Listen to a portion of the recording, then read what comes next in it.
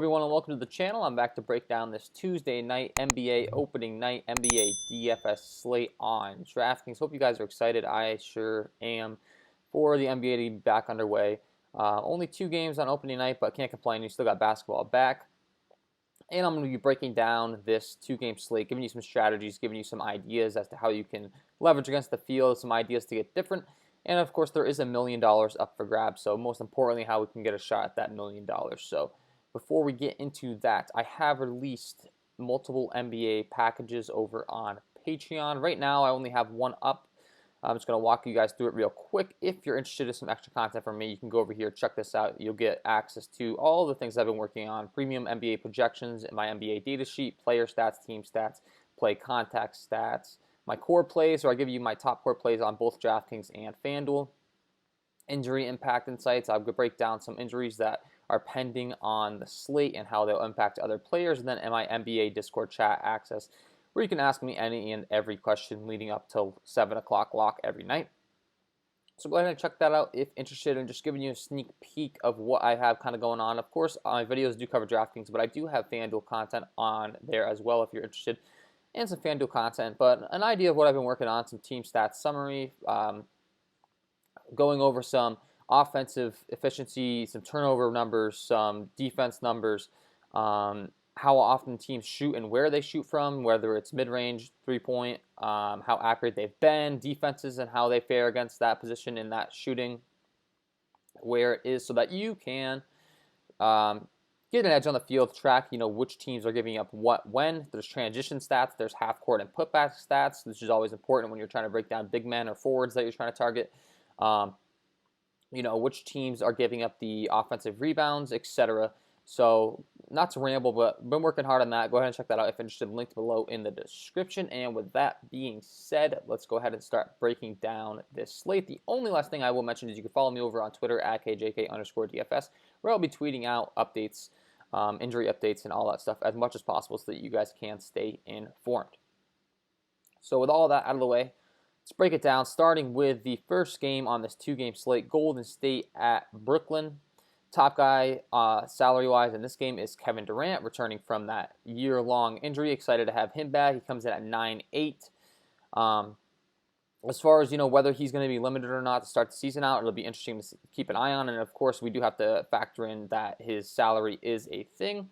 Coming in at 9.8, I do think that he can definitely still get there. Whether they're going to limit him or not is going to be interesting. Right now, I've got him projected kind of on the shy end for 32 minutes. And something that's worthy of noting is that this Brooklyn Nets team is a very deep team, but only on a 2-game slate. This game does come in at 230.5 over under, compared to the LA game, which comes in with a 225.5 over under. So this game definitely has the edge as far as point total. And then when looking at the opponent rank against the current position, and how they fared against power forwards, KD does have a good matchup taking on these Golden State Warriors. However, it is worthy of noting, we are banking on last year's numbers. Things can change. Draymond Green is out for this game, which is going to help KD, so, you definitely like to see that. Definitely a worthy option. Steph Curry, definitely always a viable option on DraftKings. You get that half-point bonus for 3-pointers, and a guy that gets a ton of usage for sure. Unfortunately, Steph last year not really being able to stay healthy, but he's back and good to go. And this one, and we always know what we're going to get with him, looking at his game logs. Last year, his minutes, I think, were down a little bit just because they weren't a competitive team. I think we're going to see him reach upwards of, 40 minutes or so pretty consistently. Comes in at 9.3, and against a Golden State team facing Kyrie defense, I'm not all too worried about that. So you definitely could have interest in Steph Curry. Kyrie, a guy that's, once again, coming off injury, so it'll be interesting to see how they manage him with minutes. And I already have mentioned this Brooklyn Nets team is pretty deep. Their rotation is going to probably run deep.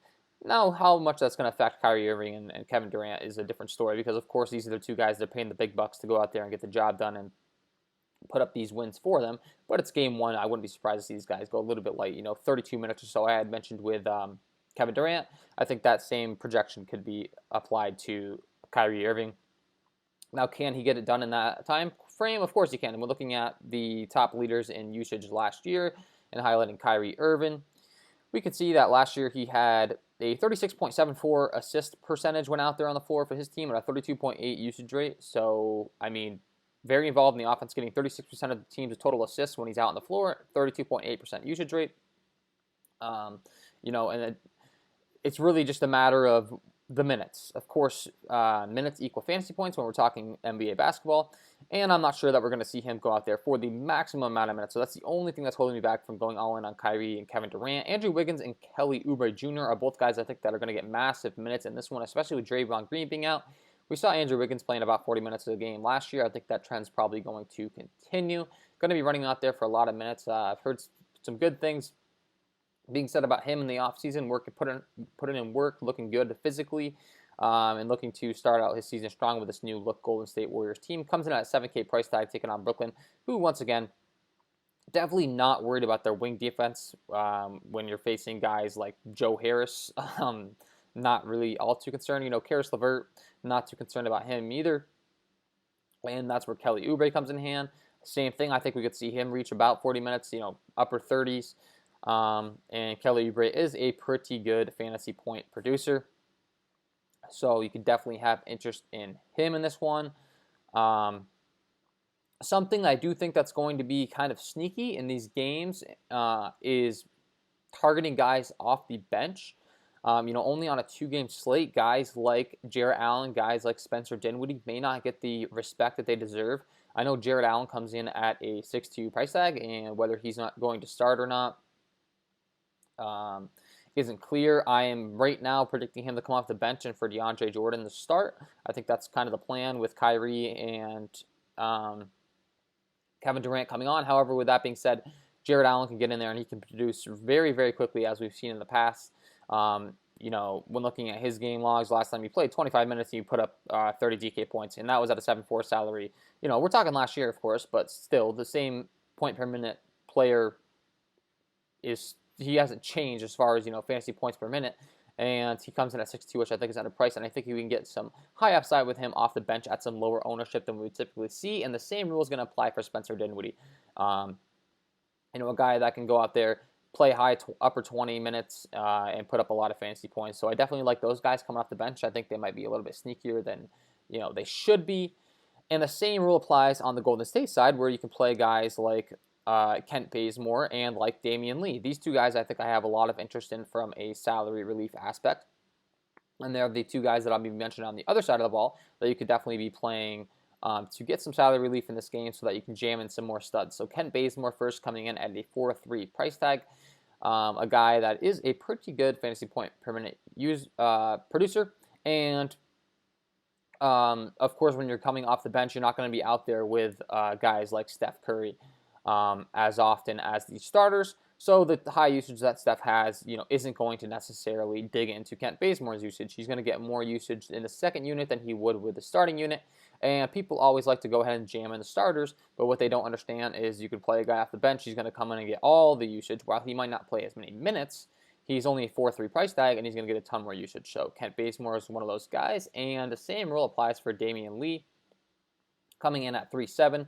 So I definitely want to mention him. He was a guy that really developed last year, came into his own. He was playing 34, 35, 36 minutes and putting up 40 DK points at times. And he's only 3.7 compared to where he was priced in the mid-5 range. Now, of course, he doesn't have exactly the same role as he did last year. He's going to be coming off the bench now with a team fully healthy outside of Draymond Green. But he's still going to get his solid minutes, mid-20s. And I do think that he's can outproduce this 3.7 tag relatively easy. It's going to be interesting to see what the ownership is on these guys, because everything I'm seeing is just like they're great plays, so maybe they will be the popular salary relief options, but I mean, how could you avoid them when you're trying to jam in guys like Kevin Durant, Kyrie Irving, LeBron James, Anthony Davis, etc.? And the last guy that you have to mention at 3.8, probably definitely going to be the most popular, and it makes sense because he's going to get the start and he's going to get a ton of minutes, is Eric Pascal, with Draymond Green being ruled out. Eric Pascal is going to be the guy that comes in and takes on the bulk of the minutes. He's going to be probably up there in the lower to mid 30s, depending on whether they decide to go small ball or not. But Pascal's a guy that can go out there and play small ball and, big. If they decide to go big, I'm not really all too worried about that either, because He can run the floor, and he's a good build and can really fill in any role. So I'm not too concerned about that, him playing next to James Wiseman, who is a guy that I didn't mention, but I should mention before we move on from this game. I mean, of course, DeAndre Jordan's also an option at only 5'6" at the starting center position. He's a cheaper center that we could definitely go ahead and throw in there. Now, who starts, though, I do think is going to get higher ownership, and that's where things get interesting, as I mentioned with Jarrett Allen. Only in a 2-game slate, if you're trying to win that $1 million, I think it does make sense to play the guy off the bench. He's going to get higher usage. He may not get as many minutes, but honestly, I think these guys are going to split pretty much 50-50. So a guy like DeAndre Jordan, who comes in at 5'6", compared to Jarrett Allen's 6'2", if DeAndre Jordan is starting, he's going to get all that ownership, and I do think that the other end's viable. Caris LeVert's a guy that I will say I don't really have a lot of interest in. I would not play a lot of Caris LeVert in this one because he's returning off an injury, and the Nets coaching staff has said that they're going to take it easy on him. He's going to be eased into the rotation as he returns from a knee injury. So at a 6'5" price tag, I would not be playing any Caris LeVert because I don't think there's a chance that he's able to give you that tournament-winning upside that you need, that 6x, 7x return. So he would be my fade of this game for sure. And James Wiseman and Joe Harris are the last two guys that I want to mention. James Wiseman most likely going to get the start for the Golden State Warriors. Not a guarantee, but if he does, he's probably going to see around 30 minutes, I would guess, in his rookie debut. The Golden State Warriors are going to have to match up with the Brooklyn size, and as I mentioned, they do have DeAndre Jordan and Jarrett Allen, guys that are running 7 feet tall, and James Wiseman's really the only guy that the Warriors have that can match up with that. So I would expect him to get the start, and he is definitely a viable option in his rookie debut at only 4'9". Cheapest center we've discussed so far, and he could see big minutes trying to defend those two big men. And lastly, Joe Harris, a guy that can get half from three with that half-point bonus for three-pointers on DraftKings. He's a guy that I always have interest in if he's cheap. 4'8", I'd like to see him be a little cheaper, kind of like a Damian Harris who we discussed earlier at 3'7". I think he's a much better play just because Joe Harris can get his minutes dug into by a guy like Taurean Prince. But if Joe Harris gets hot, he can put up a lot of DK points for you real quick. So, that would be the appeal in playing him in this one. Moving on to the Los Angeles Clippers, Los Angeles Lakers game. The 10 o'clock game, the second game of this slate. It is official that Marcus Morris Sr. is out in this one. So as far as, who that's going to affect, we already discussed Draymond Green being out and Eric Pascal getting a bump. Nicholas Batum, Patrick Patterson, Luke Canard are the ones that we could be looking to get a little bit of a bump in this one. It's looking like probably Batum's going to get the start at the power forward position. So, he is a relatively cheap guy on this slate. The only problem is the matchup comes in at 4-1, so I do think he could pay off that price tag relatively easy. But the thing is, he has to take on Anthony Davis and Marc Gasol down low, so that's not really the best matchup. Speaking of Anthony Davis, comes in at $10K, the top priced guy on the slate, and for good reason, because this guy is an absolute fantasy point per minute beast, and not to mention plays a ton of minutes. Him and LeBron James are going to be a priority for me on this slate. You might hear different feedback. I mean, of course, Steph Curry as well, but while they do have a lower total in this Lakers-Clippers game, as far as the over-under is concerned, coming in with a 220.5 over-under compared to a 222.5 over-under for the or a 230.5 for the Brooklyn Golden State game compared to only 222.5 in this game. But I'm not too concerned about that because we have solidified roles between Anthony Davis and LeBron James, and we have some extreme usage to go around for these two. So, of course, Anthony Davis first, LeBron James second, and when looking at my sheet as to how, these guys fared in usage rate last year, we can see that first, Anthony Davis right here came in with a 29.42 usage rate last year. 15.11 assist percentage isn't exactly, the most impressive, but for a big guy, that is very good. And then when looking at total rebounds percentage, he was snagging about 14.8% total rebounds for his team, and 22% of those offensive rebounds Anthony Davis was grabbing. So, I think the numbers kind of speak for themselves as far as his involvement.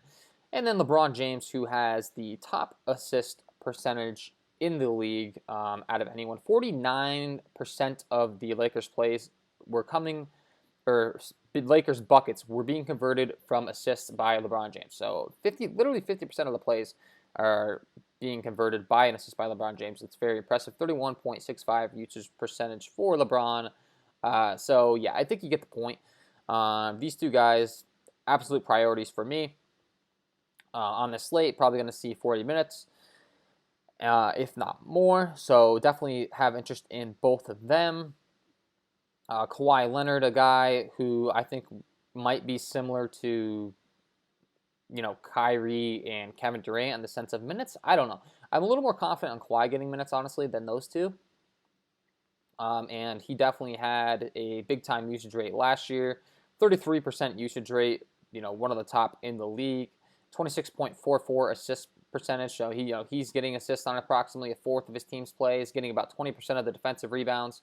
Kawhi, very involved. And a guy that's very good in the steals and blocks category. 2.65% of steals and 1.58% of blocks. That's more so applied to FanDuel. If you're watching this and you play over there on FanDuel, Kawhi Leonard, definitely a big-time play there. But you got to have interest in him at only a 9.1 price tag compared to, $10K we were paying for him at the end of the year last year as a top usage guy. Paul George coming in at 7.8. I do think that he is underpriced in this one for his upside. He's a guy that can get hot from 3 at only 7.8. He's not priced nearly as high as these other studs that we're talking about on the slate. When we're looking at all these players, Kawhi, Steph Curry, LeBron, Kevin Durant, Anthony Davis, all up there to the 9, 10K range. Kyrie Irving, 8.5. Paul George is down at 7.8. So I do think that he is the most underpriced star on the slate by far. Definitely have interest in him in the mid-range if you're needing some salary relief. Dennis Schroeder, guy that's going to start. So Dennis Schroeder typically was a sixth man. As we're discussing all of these things, he typically was a sixth man last year, which means he got all the usage. Now he's going to be a starter. He's probably going to get more minutes, but he's not going to get all that usage that he saw last year on this Lakers squad. So that's something to keep an eye on for sure. Because I do think that limits the appeal on him a little. 5.8, he's not too priced up, but I think we could find some better plays with more upside for cheaper that'll allow us to jam in the real studs. Kyle Kuzma coming off the bench is a guy that I'll have more interest in at 5.5 because when he does come off the bench, he's going to get all that usage as mentioned. So I would be looking to play Kyle Kuzma over Dennis Schroeder. Not to mention Kyle Kuzma is going to get a weaker defensive team off the bench for these Clippers. Serge Ibaka at 5.2 is a guy that's going to have to play a ton of minutes. As I mentioned, the big front court in Anthony Davis and Marc Gasol for these Los Angeles Lakers is going to kind of force the hand for these Los Angeles Clippers because they're going to have to play the bigs. So Serge Ibaka is a guy at 5.2. He's going to get a ton of minutes. It's just a matter of if he can stay out of foul trouble, but definitely have interest in Serge. Marc Gasol at 4.7. I'm not all too interested in. He's going to have to battle with Anthony Davis on the boards for some rebounds and that kind of thing. So not all too interested in him. Nick Batum, as mentioned, is going to have to play a ton of minutes with Marcus Morris Sr. being out. So he's a guy that's going to get a bump in minutes at only 4.1, so you could definitely have interest in him from the salary relief aspect. It's just he's probably not going to get the most usage. He's going to cure his stats from stuff like rebounds and just being out there on the floor, some steals here and there, assists, but have to mention about his 4.1 price tag. But the guy that I really do want to mention, similar to the cheapies that I had discussed earlier and another value play, is Luke Canard. Luke Canard is probably going to get a big bump with Marcus Morris Sr. being out, and he's only 3.6. I expect him to get a ton of playing time, and at only 3.6, I think he could blow this price tag away, similar to Damian Lee. These are my two cheap options that I definitely would advise you jamming in your lineups in order to be able to get up to some of those studs like an Anthony Davis, like a Kyrie Irving, like a Steph Curry, etc. So Luke Canard is the last guy that I will mention on this slate. Definitely have interest in him. I think he can blow away this price tag with his ability to shoot the three, etc., in the offense. So when looking at the slate overall, if I'm picking my top spend-up options, I had mentioned I definitely do like Anthony Davis and LeBron James just for that guaranteed Minutes ceiling, I think Kevin Durant and Kyrie Irving could see their minutes somewhat limited. I do think that Paul George is underpriced. Andrew Wiggins, Kelly Oubre are priced pretty appropriately, but they have tons of upside at their price tags because of how many minutes they're going to play. Kawhi Leonard, I do think could be a sneaky play at 9-1. I think he will get more minutes than you would think, typically with a guy like Kawhi Leonard, who they oftentimes limit. I can see him getting up there close to 40 minutes in this one, taking on the Los Angeles Lakers, trying to keep up with them in the opening night. Jarrett Allen off the bench, definitely think he is a sneaky play because he's a 6th guy. He could get some more usage. Same rule applies to Spencer Dinwiddie. Kyle Kuzma, I have a ton of interest in at 5-5 because he's going to get all the usage off the bench. Serge Ibaka is going to have to be there for a lot of minutes, taking on the big front court in the Los Angeles Lakers at 5-2. James Wiseman is going to have to get some minutes, I'm assuming, taking on DeAndre Jordan. Jarrett Allen, I think they're going to have to push him in his debut. And then my favorite plays on the cheap end are Damian Lee and Luke Canard. Make sure you're getting those guys in your lineups. And that is an overall breakdown of this slate.